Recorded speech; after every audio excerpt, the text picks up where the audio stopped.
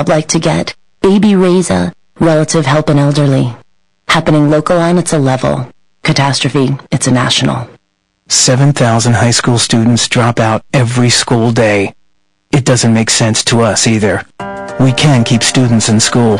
Visit boostup.org and take the first step. Brought to you by the U.S. Army and the Ad Council. This is Janet with Earl's Dodge Chrysler Jeep in West Plains and invite you to test drive a new Dodge Dart. The Dart is loaded with innovative technology, class-leading safety features, and clever functionality. The new Dodge Dart sets a new standard in the compact car segment by offering unmatched personalization, roominess, style, functionality, and fun-to-drive dynamics. We have them now at Earl's Dodge Chrysler Jeep, North Highway 63 in West Plains, during the big finish of 2012, where buying a vehicle is simple as it should be.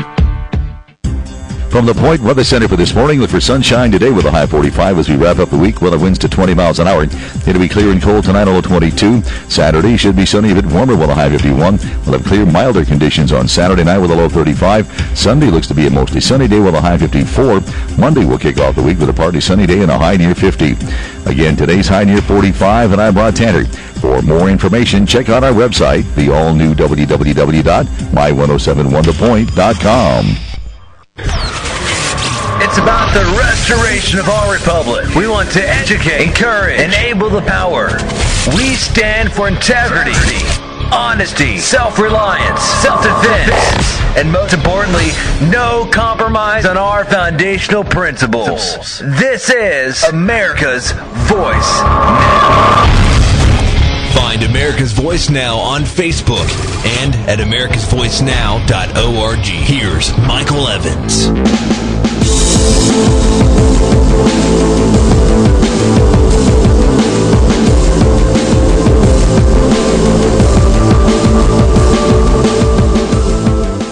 Good morning, America. You are listening to America's Voice. Welcome to the show. Our bullet points this morning are specifically related to the silence of our Missouri Republican Party in reference to gun control.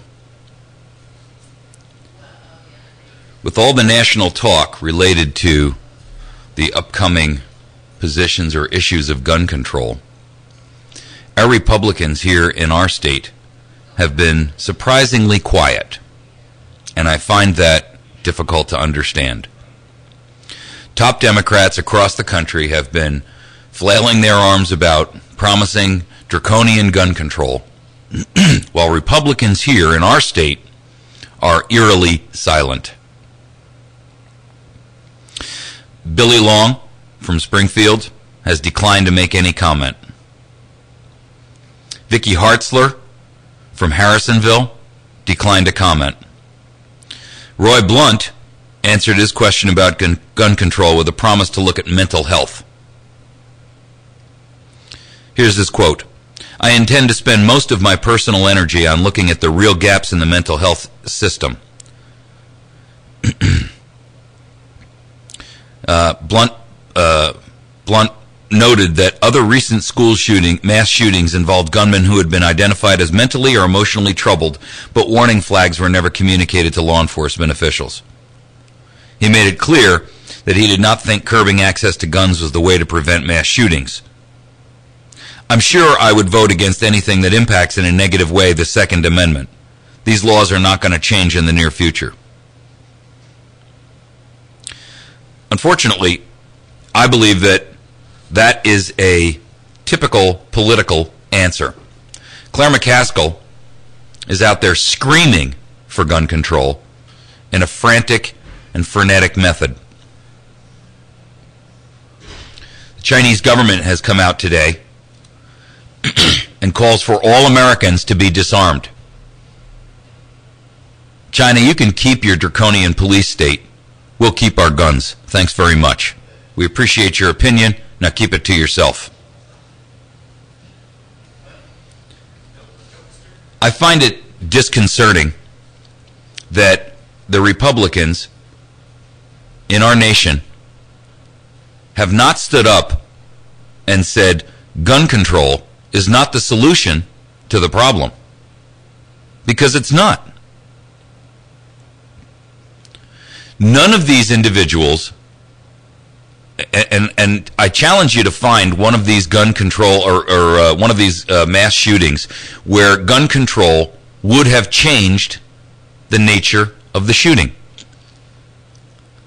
In all of these instances, none of these guns were bought through the gun show loophole, quote unquote, nor were they obtained illegally. They were either stolen or they were taken from their homes, their parents' homes.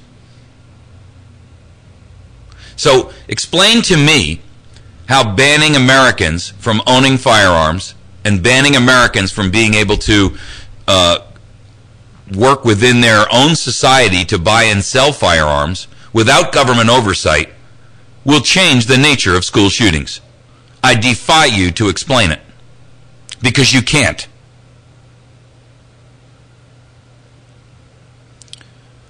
Draconian gun laws and the concept of taking high-capacity magazines away is ridiculous. A magazine change takes literally seconds. So whether I'm carrying 10 rounds in a magazine or 30 rounds in a magazine has virtually no impact on the outcome. All it means is that the individual must carry more magazines. What a stupid concept. And how dare our politicians believe that we're dumb enough to fall for that?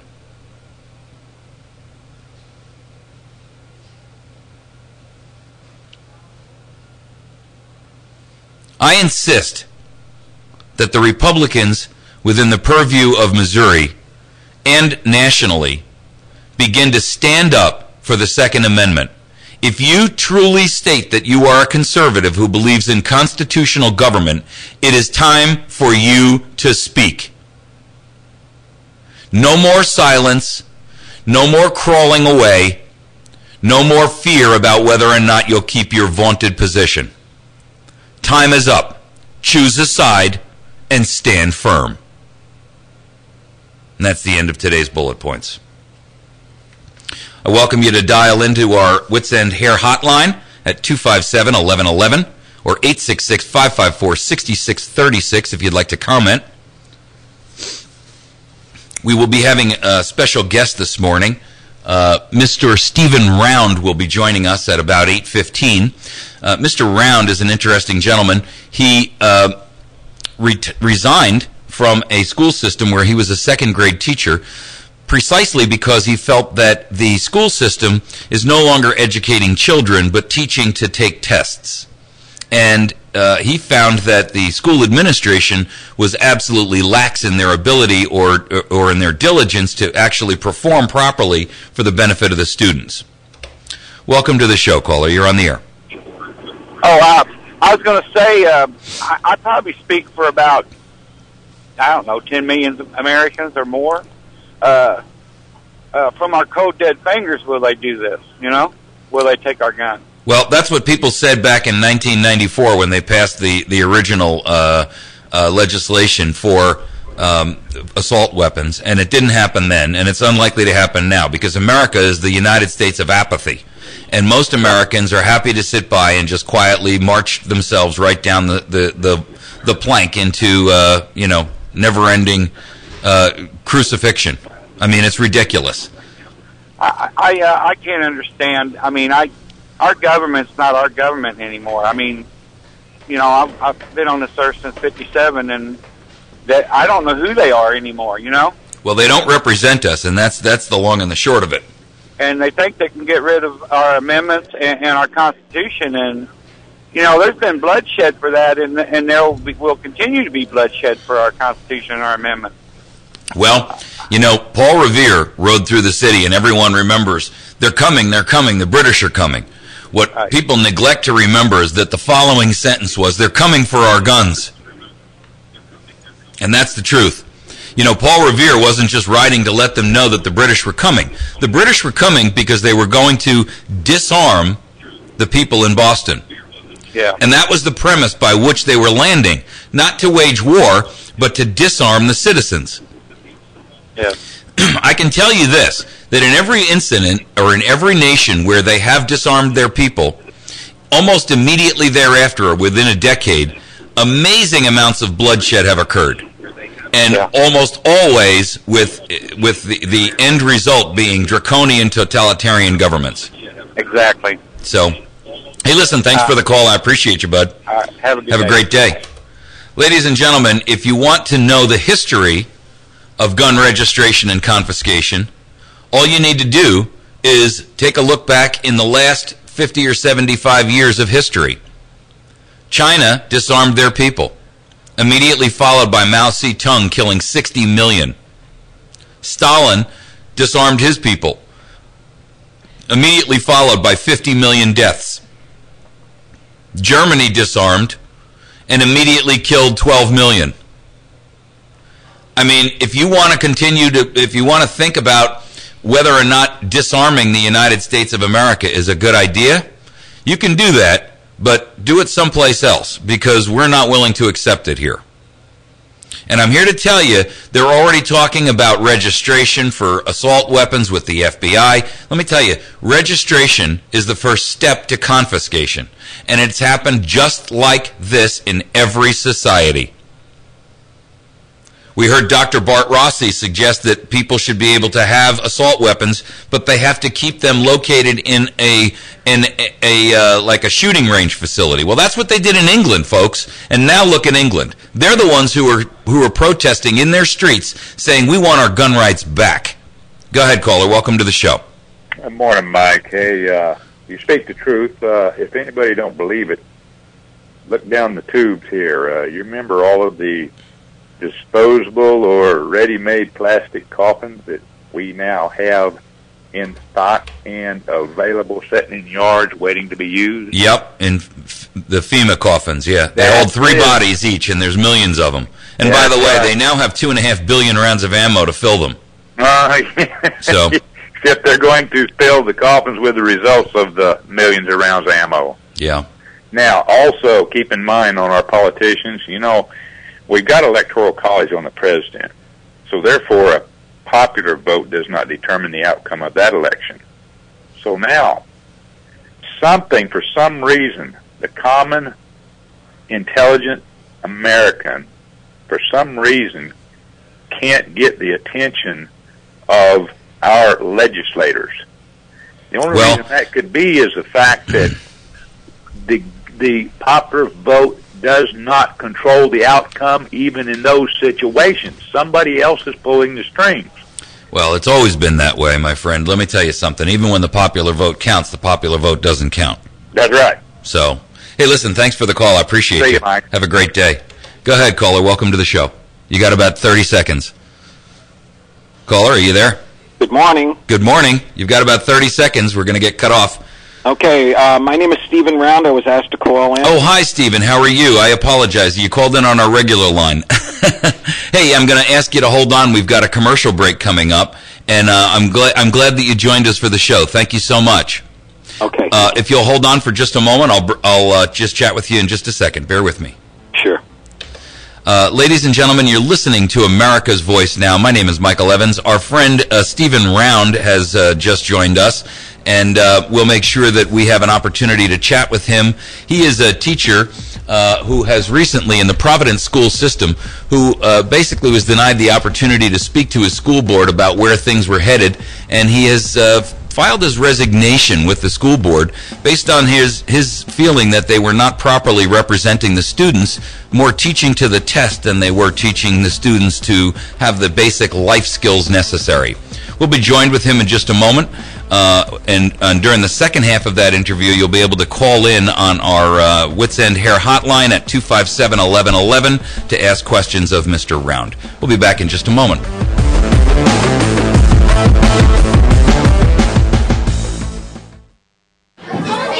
Okay, class, let's all sing our 911 song. There's a fire, there's a fire. Dial 911. There's a fire, there's a fire. Dial 911. If you can't raise an arm, dial 911. If you're suddenly having trouble speaking these words, dial 911. Face suddenly goes all numb, dial 911. 911. All of a sudden, get the worst headache of your life. Dial 911. Sudden loss of sight in one or both eyes. Dial 911. If you think stroke may be the cause, never wait to call. Dial 911. 911. Making a difference in someone's life is elementary. Know the sudden signs of stroke and dial 911 immediately if they appear. Time lost is brain lost. For more information, visit powertoendstroke.org.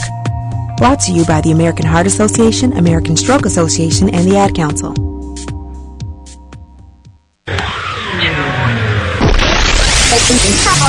America's Voice Now with Michael Evans.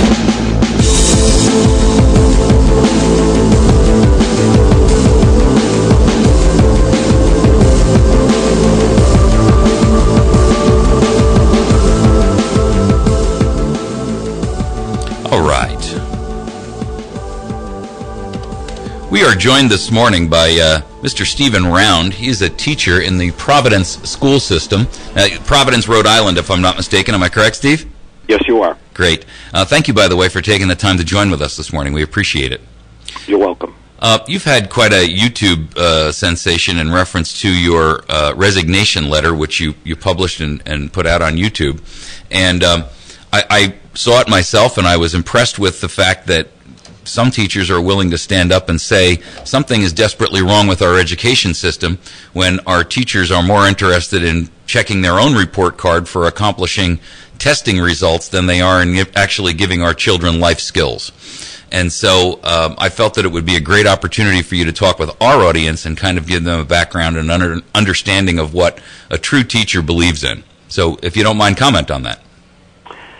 Well, my resignation was basically about the fact that I was not able to teach anymore, at least the way that I knew how to teach.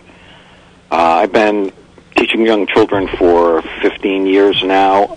I've raised 4 kids who are all done with college, very successful. I've got 5, 6, 7 grandchildren, 6 actually, a new one. And I'm very concerned about their education, and just as I was about my own children's education. And, I sent my kids to private schools because there was not a public school available that did the kind of job that I wanted done. If there had been, I would have sent my kids to a public school. And that was then, not now. That was then, not now. All right, things have gotten worse. Things have gotten much worse. Yeah. I went into the teaching profession as actually a second career. I was in the business world for, 20, 25 years. I owned my own business, very successful. The crash, I don't want to say the crash, but the recession of 92 was basically the reason I closed up. And I decided to go into education, and specifically elementary. Mm-hmm. And that was on the encouragement of my wife, who was an elementary school teacher. And she basically said to me, look, we've raised all these kids, and they're all doing great, and we've done a good job, and you still actually like working with kids. So why don't you get recertified and become an elementary teacher? Sure. And that's exactly what I did. It took me a couple of years to go back and get recertified, and during which time I made $0.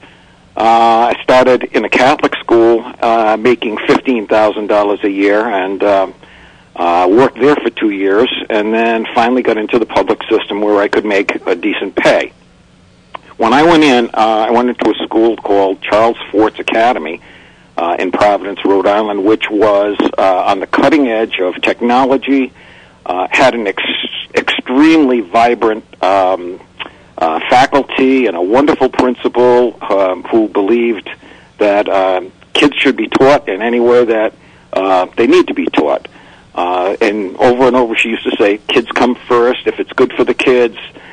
And so anyway, it was a perfect fit. And I stayed there for quite a long time, but this great principal left. And the new principal was very much by the book. No Child Left Behind came around, and as soon as it came around, she started squashing down all of the the great things that we had going on. And she just claimed that, she had to do it because that's what she was being told. And it just continuously went downhill for the rest of the time that I was there. So now you feel that basically that the since the advent of No Student Left Behind, that our schools have been declining based on the fact that we're really teaching not actual skills that are needed, but what the curriculum requires, so that at the end of the day, as long as they pass the test, we've accomplished our goal. That is part of it. That is definitely part of it. When it first started, it just began with, how can I explain this now? It's been a gradual downward slide. Like everything, it's everything. Sure. It it's the began frog with in the pot syndrome, right? Yes. It began with walkthroughs through the classroom. And even when I first went to the school, we used to have walkthroughs, and the principal was great. She would come in and she would look for all of the positive things that were going on in the school, and then she would share all of those things with the rest of the faculty. So we were basically borrowing from each other. Okay, and when she left and the new principal came in, the tone changed. It became more like the Gestapo was walking through the classroom, checking to see what you were doing wrong. Right. You know, and it just got to the point where, the teachers were all paranoid every time somebody came through the door, because if you didn't have a certain thing on the wall, or if you weren't doing a certain thing at a certain time, basically in lockstep with the rest of the other teachers, then you were reprimanded, and it just got really, really bad. At first, the teachers, all of the good teachers said, well, we'll just keep our doors closed and we'll keep doing what's best for the kids. And then when they come in, we'll try to give them what they want, but we're going to continue doing what's best for the kids. And I think the administration realized that the teachers were doing that, so it actually became like a cat and mouse game, where the principal would pop in and see if she could catch you doing something creative or fun or whatever. And, how ridiculous is that? Well, that's exactly how the teachers felt. Now the teachers are on trial. Imagine the anxiety that all of the really good teachers did feel. Sure. How do you feel about the Department of Education demanding what the curriculum is going to be nationally? I mean, I've long come out and said that that's $100 billion we're throwing away. Because the Department of Education, coming from the national government, first of all, has absolutely no clue about what needs to be taught in either Rhode Island or down central South Missouri. And yet they demand a curriculum that is one-size-fits-all kind of mentality. And their assumptions, quite frankly, in my opinion, are erroneous to begin with. What's your thoughts on the Department of Education and the potential disbanding of it? Oh, gosh. I haven't given that a lot of thought. The one thing I think is kind of positive is that people with brains, teachers specifically, should have sat down, or should, I don't know who made up that panel, but this national curriculum that they've come out with is a good thing. It should be a general curriculum and say, these are the things that we'd like our children to know, countrywide. Threshold guidelines, in other words. But here's what I'm saying. The teachers should be using their talents to teach those things in any way that they deem necessary, either according to their own talents, because every teacher is different, just like every kid is different. Sure. And within that classroom, you're dealing with 26 different kids, 26 different personalities, and in many cases, 26 different ways of learning. Right. And we as teachers have to basically get to know every one of those kids and then adjust our way of teaching to reach them. Sure. Well, and again, when you create a curriculum that says one size fits all, there's no room in there for teachers to make adjustments based on their geography, based on the population, and the way that their local concept and culture thinks. There's all kinds of challenges that come in there.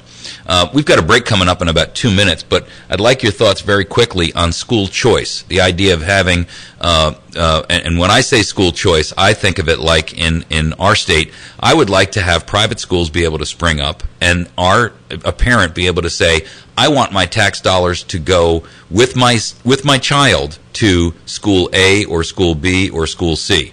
And those private schools invariably do not involve teacher unions. Now, I know this may be a sensitive topic for you as a teacher, because I know that people traditionally support those school union issues.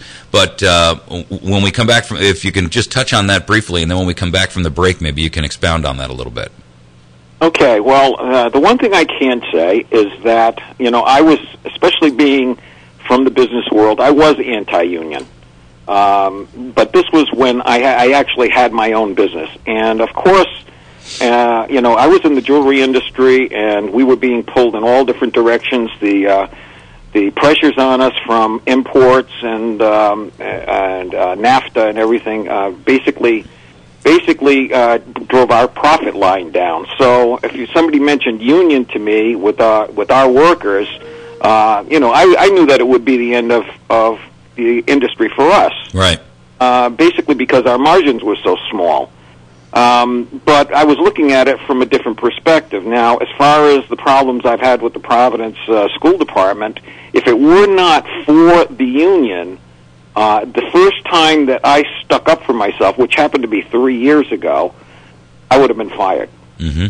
But is that the rule, or are you the exception to the rule? In other words, I suspect strongly that, take New York City as an example. They're spending $70 million a year keeping a bunch of teachers in their rubber room, so to speak, because they're not qualified to actually reach students or communicate with students because they're on some sort of disciplinary action ranging from everything from, the most minute and obscure issue, where to the sincere issues where they might have touched a child inappropriately or whatever the case may be.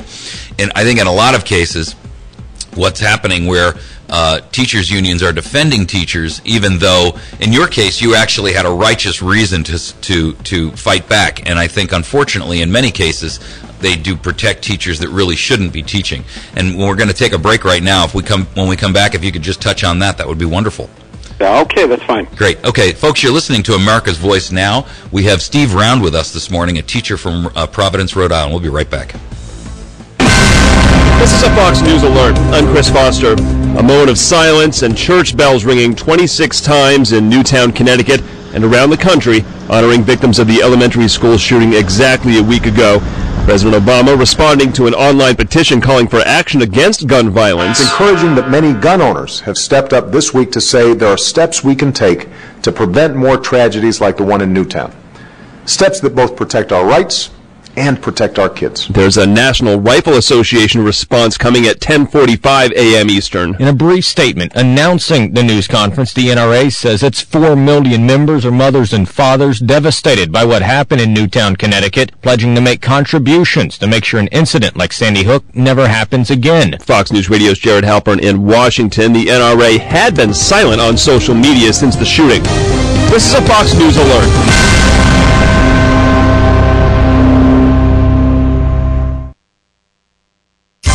The holidays are here. Come to Ozark Mountain Self-Reliance to find the special gifts that will really be appreciated. We have a variety of stocking stuffers ranging from Kaito radios and life straws to wave shields for your cell phone. We also have Berkey and Katadyn water filters for the health-conscious person. Also, Wise Foods and Lodge cookware to make delicious meals for the whole family. Ozark Mountain Self-Reliance, located a half-mile east of Walmart on Highway 62 in Mountain Home. 870-492-4030. Great party, huh, guys? Yeah, it is. So much fun. I do say so myself. Hey, did you know that birthday parties actually help build confidence in kids? Yeah, I did know that. Did you know that giving kids less sugar before bedtime helps them sleep better? Right, of course. Yeah, I knew that. Did you know that strollers have the right of way on sidewalks? Oh yeah, I knew that. Yeah, that's true. Did you know that friendly kids statistically have more friends? Everyone knows that. Oh, yeah? It's pretty obvious. Yeah, so yeah. obvious. Hey, guys, did you know that most people think they're using the right car seat for their kid, but they're not? I didn't know that. I think I knew that. No, you didn't. Parents who really know it all know for sure that their child is in the right car seat at the right age and size. Visit safercar.gov/the-right-seat to make sure your child is protected. Brought to you by the National Highway Traffic Safety Administration and the Ad Council.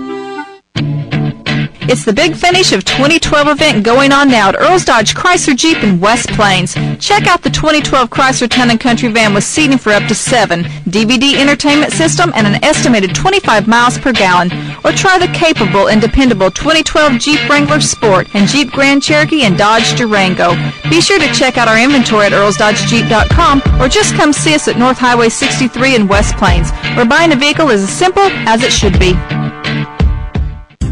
From the Point Weather Center for this morning, look for sunshine today with a high 45 as we wrap up the week. Weather winds to 20 miles an hour. It'll be clear and cold tonight, low 22. Saturday should be sunny, a bit warmer with a high 51. We'll have clear, milder conditions on Saturday night with a low 35. Sunday looks to be a mostly sunny day with a high 54.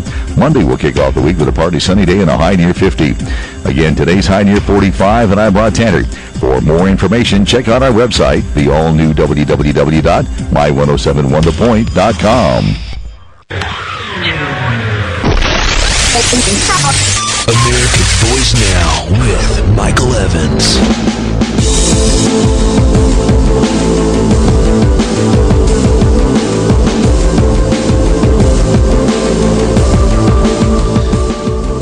Okay, we are back on with Mr. Stephen Round. Steve, I want to thank you again for taking the time to join with us this morning. We've had a couple of calls from folks. You know, I had a call recently, just a moment ago, from a gal who indicated that she was on her way into an appointment, but she wanted to get the question out, and I couldn't get her on the air before she had to leave. Okay.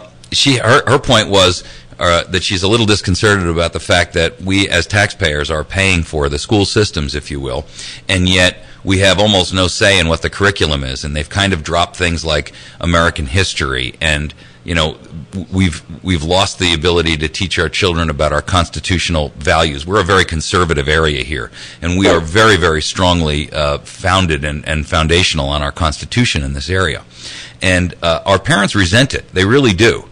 And one of the reasons that they believe that kind of thing has occurred is because of the fact that all of this indoctrination, if you will, is coming down from Washington, all about the green and you know, the idea that they're indoctrinating our children rather than really truly educating them. They're using the school systems in that format. So maybe you can just comment on that. Well, first of all, I think that the parents, as a parent myself, the parents should have a very big say in what their kids are learning. The main thing that I'd like you to get across is that, or I'd like to get across to your listeners, is that the teachers are stuck in the middle. You know, we're told what to teach, when to teach, how to teach. So, right. Of course, the parents are dealing with the teachers, and the teacher ends up getting most of the blame for this. But well, that's true. You know, I mean, that's a different tact on it. Coming from a teacher, I get your point. You know, the teachers are told what to teach, and we as parents are sometimes outraged by it. But the teacher's like, hey, wait a minute, I'm only just doing what I'm told to do.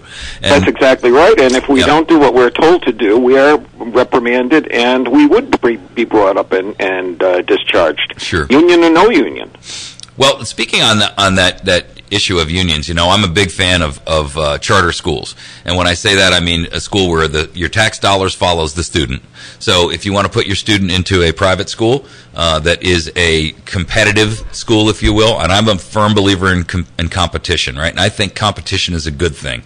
It breeds better performance on everyone's part. And I think if our public schools had to compete against private schools where, you know, I didn't have to pay taxes and private tuition kind of thing, that we would have a far better educational system overall. And, you know, those schools that perform well would do well. Those schools that cannot maintain the performance levels, whether they're public or private, would fall by the wayside. It's competition. You, as a business guy, you got to recognize and appreciate where that comes from. Absolutely. And here's what I see happening, because we have charter schools in Rhode Island. Oh, you do? Oh, sure we do. Okay, see, we don't have them here. We've got an experiment going on, but it's only in certain areas. And our state. So tell me what your experience is with them. Okay, what basically happens with a charter school is the people in general are very dissatisfied with the public education. So as soon as a charter school opens up, they basically look for kids to fill their seats. And what happens is the students that have parents that are genuinely concerned about their children's education. They're the ones that get the applications in.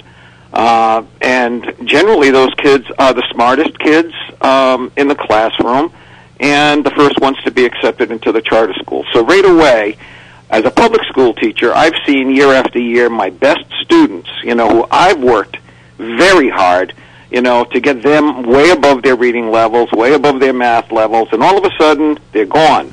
Aha. What happens here is the next year comes around and they look at the students that we have, which are, I don't want to say the leftovers because it'd be unfair to the children. Of course. We have the kids that don't have parents that care about their education, and it reflects on us. So we, year after year, end up with less and less of the really adept children. So it's almost a self-fulfilling prophecy, isn't it? The public school gosh, it is. Will it evaporate. Is. So I mean, just think about it. If you ended up with a charter school in your area, your most concerned parents would be the ones to sign up, and your smartest kids would drain out of your public school system. Mm-hmm. So, therefore, but isn't that issue alone telling us something? If those parents are that dissatisfied with the public school education that they're getting, exactly. And but is this planned? Is this a conspiracy to do away with the public school system as it is? I don't know. I don't think so. I think most parents really, from their perspective, it's I want my kid to have the best he can get, and if I think that I can do better at a private charter school, then I don't think there's some real long-minded. First of all, I don't think general citizens are that well organized. Only governments can generate conspiracies, to be honest with you. But when I look at the teachers' unions and I say to myself, I think that's more of a conspiracy than parents deciding to do what's best for their particular given child, right? And so they would move their child into that school because they feel that that's in their child's best interest. Right. I don't see it as a conspiracy to destroy public education. If public education goes the way of the buffalo as a result of that, that's a whole different issue. But it's not one that is an intentional, destruction of a foundation, if you will. Well, I totally agree with you that parents should be able to send their kids to the best school that's available in their area, within their means. And I and my wife sent all of our kids. We have 4 kids, 2 by adoption and 2 through, natural means. And all 4 of our kids went through a Catholic school. And not that I'm a Catholic. It's that they offered a better education than what was available through the public school. Sure. So if I had a Montessori school down the street, it could have been that. If I had just a private academy that I could have afforded the big bucks, it could have been that. But we had to look at our alternatives and what we had, and we send our kids where they're going to get the best education. So, now, I've been criticized for that by my public school colleagues because they say, well, you should be, You're not practicing what you preach. Yeah. Sure. I am. I believe the kids should go to the best school possible. I went into the public system thinking I could make a difference, and I could make my classroom the same type of classroom I'd want my own kids to be in. And I did for a while. And it was very rewarding, and I used to take pride in that. I would tell people, I say, if I had a chance, I would send my kids to my classroom. But that was slowly, or I don't even want to say slowly, because in the grand scheme of things, a few years is not slow. It's relatively fast, but within a few years, I wouldn't send any kid into these classrooms. So how long have you had charter schools there? Excuse me? How long have you had charter schools? Oh, I'm guessing they began springing up probably 6 or 7 years ago. What is the long-term results of that? Have you seen that initially there was some rockiness where some of the schools were successful and some of them were not, and then it kind of settled out where, like anything else in a competitive marketplace, I would imagine that some schools were very successful and continue to be so. Some were moderately successful or not at all and kind of fell off the wayside. What is the situation now where you are in that school environment with charter schools? Well, my wife and I talk about this all the time because she's also an elementary school teacher. And in her city, her town, Central Falls, Rhode Island, they have a charter school that's actually got a partnership going with the public school. Mm-hmm. Okay. So, maybe that's a unique take on it to try to help a little cooperation there. Yeah, they actually are cooperating with each other, which is it's another attempt, to find the best way to go about doing this. And so the superintendent actually encourages a partnership between the public school and the charter school. And the thing that I've found, and my wife and I seems to agree, is that the performance of the kids is not much better in the charter school, okay? Because what happens, again, you have to compare apples to apples and oranges to oranges. The public school is left with the severe behavior problems. They're left with the severe disability. Parental problems. So if you looked at the children that went into the private, the charter school, and compared those to the regular ed kids that were still in the public school, they perform the same. Mm-hmm. It's apples to apples. So if you take all of the great apples and you take them out of the public school, then you're going to end up with a charter school that shines. Sure. Well, and of course, 6 years is probably a relatively short period of time to tell. And we're down to the last minute before our break. When you talk about the testing results, are the charter schools performing equally or better than the public schools? And do you believe, if they are, that's as a relation to the fact, or in relation to the fact that the greater crop of the students then go to the charter? Again, it's demographics. It's the type of kids that, what part of the tests are you looking at? When they do all of these standardized testings, they do break it down as to, which kids are special needs and which kids are regular ed kids, and which kids are second language learners, which is a major issue here because we have a lot of Hispanics that come in without any language at all. Sure. So if you're comparing apples to apples, the public schools do just as well, I think. We're going to take a break. Would you stick with us just during this last break? And then I have a question for you on homeschooling. Could you stick with us just for this break?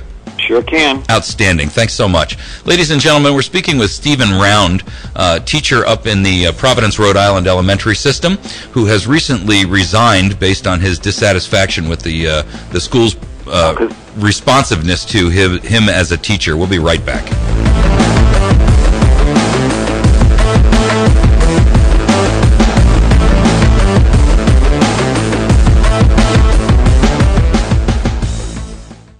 Adults have the power to stop bullying in our schools. I'm Dennis Van Rokel, president of the National Education Association. Bullying has far-reaching effects, from a decline in academic performance to physical illness, depression, or worse.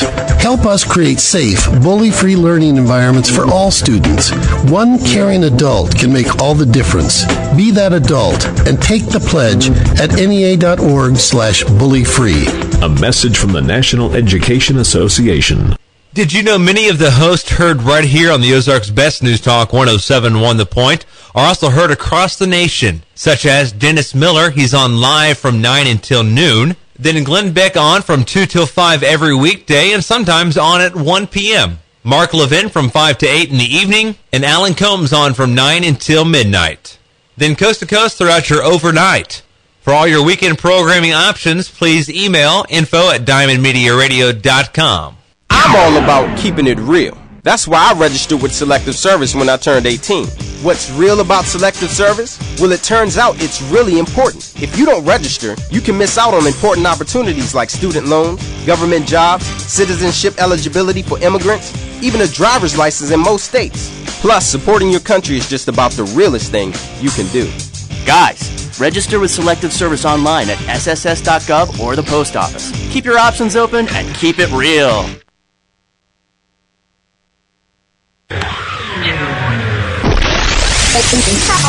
America's Voice Now with Michael Evans.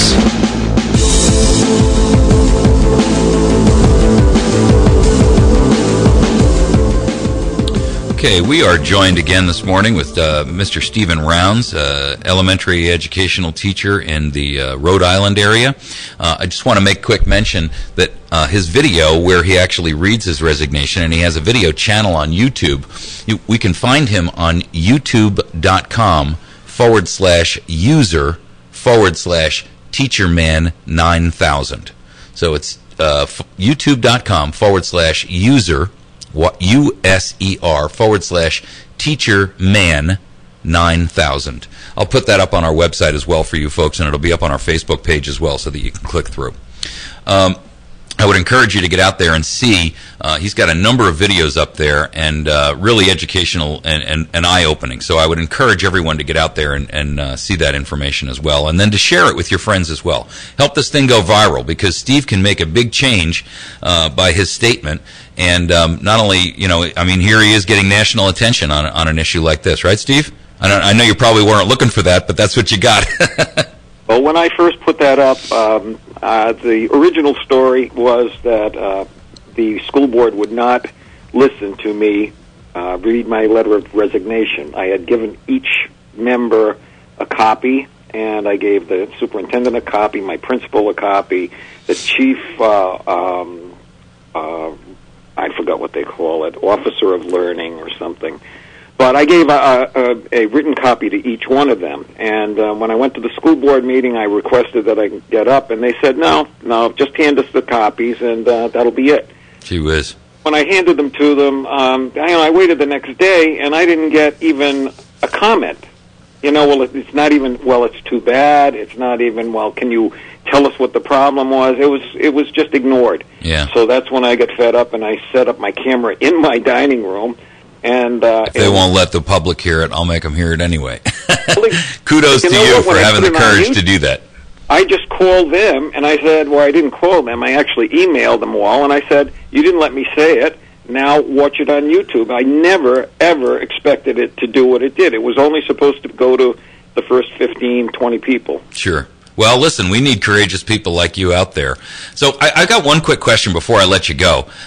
Tell us what your thoughts are on homeschooling, because out here in our region, homeschooling's a big thing. And I see it as a growing phenomenon in our country, that parents who are so disenchanted and feel disenfranchised by school systems are actually beginning to, take homeschooling seriously. And it almost appears that there's a confrontation between school systems, school unions, and homeschooling. Homeschooling is wonderful. My wife, like I had mentioned before, we have 2 children through adoption.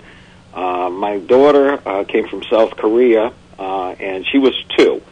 So she basically went into the regular school system, and there wasn't a problem. But we also adopted a 7-year-old boy from Korea who came speaking Korean. He didn't speak a word of English. So my wife took about 6 months to homeschool him, knowing that he would not fit into the school where he would have been sent. Sure. So she spent 6 months homeschooling him, and it was a great experience for her. It was a great experience for him. But remember, we're all paying taxes, and we don't have a choice about that. In my area, I'm paying tremendous amount of taxes, and 90% of it goes to the schools. Right. And you know what? If you're homeschooling, you don't see anything for that. No, I get it. The other disadvantage to homeschooling, if it's not correctly, is the children don't get out and do that important socialization that they need to do. Sure. Now, I know that homeschooling organizations and getting together, and if it's done that way, it's a great thing. Good. But the kids also need to learn socialization. I agree with that, absolutely. Hey, listen, I want to thank you so much for taking the time to speak with us this morning, Steve. I think, we like our listeners to hear all different sides of the coin, and we're kind of conservative in our thinking here, but I think at the same point in time, we also want to hear what the opposite, mind is on different issues, and especially because you folks are on the eastern seaboard where things are generally a little bit more liberal. I try to make sure that we've got a balanced view on both sides of issues, and school and our education of our children, I think, transcends all ideology, right? Our first and foremost goal as parents is to make sure that our kids have the best education possible. And we don't really care whether they get it from the left or the right or the otherwise. We all want what's best for our children. And hit the nail on the head. I thank you very, very much for taking the time to spend with us this morning. Thanks again. You're welcome. Have a wonderful day. So, folks, that was Stephen Round, educator out of the Providence, Rhode Island school system. I want to, again, give you his web address. You can find him on YouTube. You can type in just the name Teacher Man 9000. He has a whole channel up there full of videos, and I would encourage you to get out there and see that information because, it's interesting to hear a guy who really has a good grasp on the role and the responsibilities of a teacher while simultaneously understanding the value of education and comparing. He came from a business background, so he gets the idea of competition, right? That's a good thing. So, hey, listen, I want to take a quick moment to thank the Wits End Hair Hotline for Wits End Barbershop for sponsoring our hotline on our telephone lines. You can visit those folks or Jason over there on Tuesday through Saturday, and he opens late on Thursday and Friday as well. So make sure that you work with those folks and make sure that you're supporting our advertisers because they're certainly helping you. Battery station at 303 Washington Avenue, 257-7799. Batterystation.com is their web address. They are selling a ton of freeze-dried food and things down there. They've got great tactical gear. They've got knapsacks and backpacks and batteries and flashlights of all kinds. Make sure that's a place for you to go and get yourself set up for your bug-out bags and that type of thing. Also, they are doing their 10th annual troop drive, and we are down to the wire on making sure that you've got some things in there. This goes to the 91st Airborne Cavalry stationed in Afghanistan, and if you could drop off some unscented baby wipes, some coffee in packets, tuna salmon in foil packets, and things like that they could bundle up into those packages, that would be great. Playing cards, Christmas cards, anything along those lines. Let's not forget our troops overseas. Also, don't want to forget our friends over at the Chantilly's Artisan Bakery. You can reach Mary over there at 255-2253. She's at number 2 Evans Arcade, and she will be open late on Christmas Eve. So if you're looking for that last-minute treat for the family, make sure that you get in there. Bill Stone from Stone Construction at 293-0116. Specialist in remodeling, custom and new construction, and light commercial. You can reach Bill at 293-0116. Been doing this for 40-some-odd years. And also our friends over at Ozark Mountain Self-Reliance, carrying a full suite of products and everything for the outdoors, as well as self-reliant people that are like-minded with us. Also, just want to make notice that there's 2 issues that were recently brought to light. One is that we submitted a right-to-carry bill for teachers right here in Missouri, and that was submitted yesterday. So I want you to make sure that you're calling your local area legislator and letting them know that you are interested in having that supported.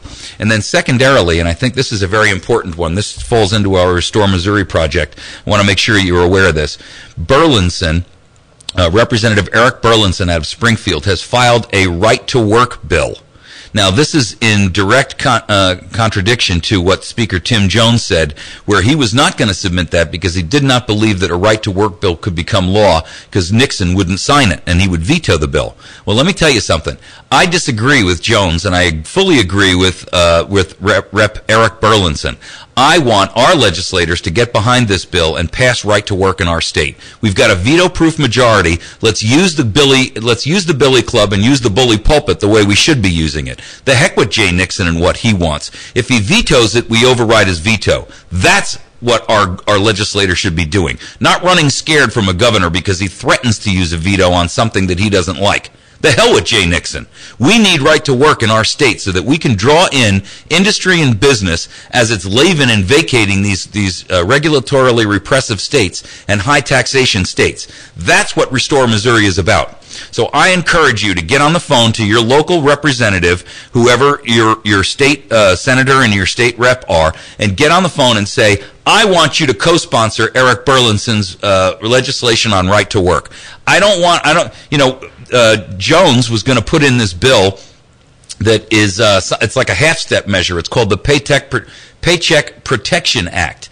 And what that does is that instead of actually being a right-to-work bill, what that says is that a union representative can state that his paycheck can't be used, or his donations to or his dues or whatever, can't be used for political purposes. I disagree. I don't think that does solve the problem. I think we need employers to be able to say, hey, guess what? I'm going to Missouri because they have right to work there. That's what really matters. I don't give a damn what the unions do with your dues. I just as soon make sure that the employees have the option to say, I'm not going to be a union member. I don't want to be one. They're not going to do anything for me. And so right to work is far more important to our state than the Paycheck Protection Act. Paycheck protection does absolutely nothing to break the back of the union stronghold on business. And what we need here is industry and business who are going to actually help drive new jobs in our state. Missouri is 50th in job creation, folks. It is time for us to change that. And the only way that we're going to be able to accomplish that is if we go ahead and get right to work resolved here in our state. 24 other states have accomplished it, including Michigan. If they can do it in Michigan, we can sure as heck do it here in Missouri. And I guarantee you it will bring employers here. Not just get union guys to say, well, I don't want my money to be used for election purposes. I don't care about that. I just as soon see the guy who works for the company say, I don't want to join the union. That's what right to work is about. It takes unions' power away. Takes their money away. That's what we need, folks. You're listening to America's Voice Now. We'll be here tomorrow morning from 6 a.m. to 9 a.m. Please join us and make sure that you're prepared to come with your notepad and your pen. We're going to be talking about some legislative issues, including this, and we'll have our phone lines open for you tomorrow. You're listening to America's Voice Now. My name is Mike Evans. Have a wonderful day.